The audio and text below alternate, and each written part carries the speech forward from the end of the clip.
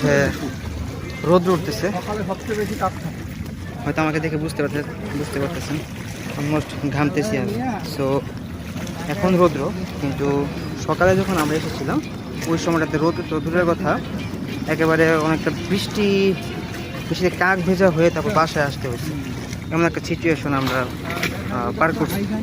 আর এখন এই মুহূর্তে দেখতে পাচ্ছেন মেঘনার পাড়ে আসছি আমরা, মেঘনা নদী।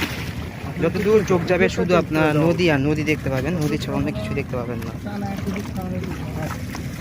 ভাই তাহের ভাই, ওই দিকে কি মুন্সিগঞ্জ না? মুন্সিগঞ্জ না?